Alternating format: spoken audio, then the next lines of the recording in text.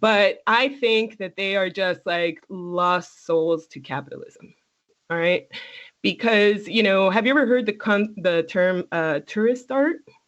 Tourist art? No. No.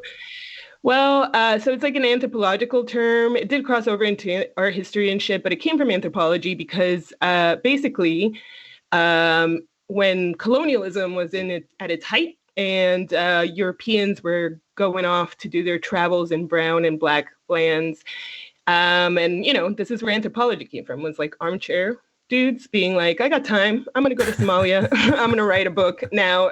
I'm the expert on Somalia, right?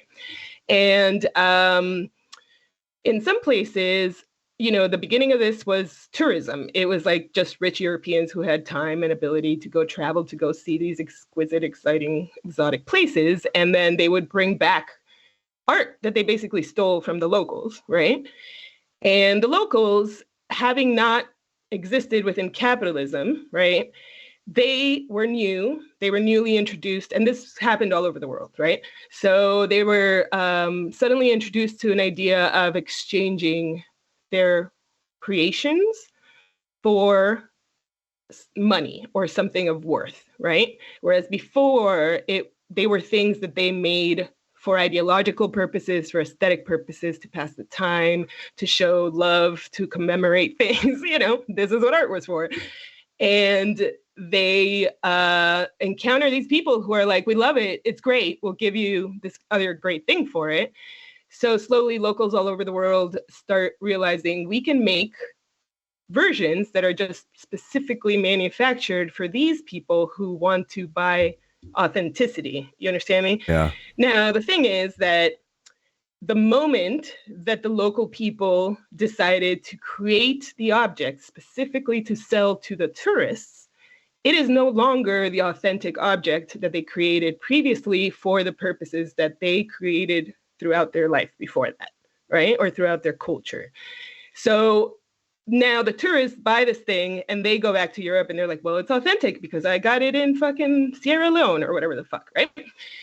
And it's then fetishized and becomes like a circular pattern of like the fake thing that the locals made for the tourists becomes now representative as the real thing of the entire peoples. But there is no examination of this transaction in culture and in time, right? That changed for them their relationship to art and their whole identity afterwards is projected by that art. But for us, it reified, I guess, the West, it reified the idea that art and therefore authenticity and therefore the artist can be bought. You understand me? And that the artist's job as a successful artist is to produce what can be sold, period. So if we bring this back to comedy, it breaks my heart because I love stand-up and I love a lot of comics. And when they truly love it and they enjoy doing it, and you can tell on stage that they love doing it, that it is the process of making this art that brings them joy. It's beautiful, but it is something that you rarely see now, I would say, and you really only see it in glimpses of like the perfect show or the perfect situation for that particular comic, or they're in a good place in their life or their career. But it's rare because the rest of the time they're on this treadmill of the capitalist treadmill that we're all on, right? But I tell my friends who are artists all the time, like, my life is a little bit easier than theirs because I learn some skills and then I get a job and I get paid for my skills. And if I fuck up something at my job, like maybe I get a talking to or a write-up, but I'll fix it tomorrow. Like, I don't go home sad. My self-worth is not attached to how I do my tasks at my job. I understand that my job is a transaction that I need to engage in daily in order to survive in capitalism. And what I've done is carefully kept what is personally important to me off the table for capitalism, right? And artists have done the opposite, where they have put all of themselves on the table for capitalism. And, from the moment that their parent tells them that they're wasting their time by pursuing this art, all the way to the time that a friend tells them they got this thing or this role or this paycheck and they didn't, to the next time that they can't pay their rent based on their art, and then they have to get a regular job like the rest of us, a skill-based job, whatever, or just skill. Obviously, art requires skill. You know what I mean? Yep. Modify it. Yeah. Then they feel like failures. Like they feel like their art's not good enough. Like they're not good enough. Like maybe they made all the wrong choices.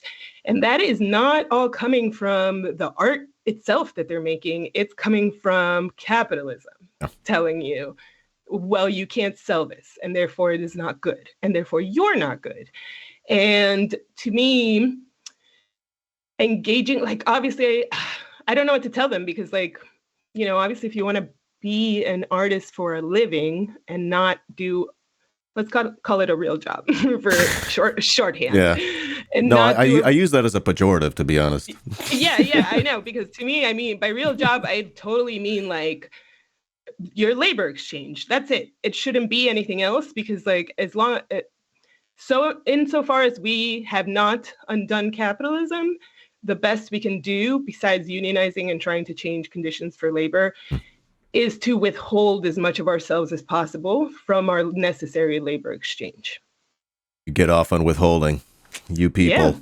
Yeah. No, I see it. The general strike spirit, or just exactly. Like keep, or you know what it is? It's maybe like a bad work ethic spirit where you're like, I'm gonna go to work, but I am not gonna do the emotional labor of smiling at you, even though I'm your waitress. Like a little petty. But you know what I'm saying about like, I guess what I'm trying to say with the comedy thing is that just like the authenticity is faked by those local artists, right?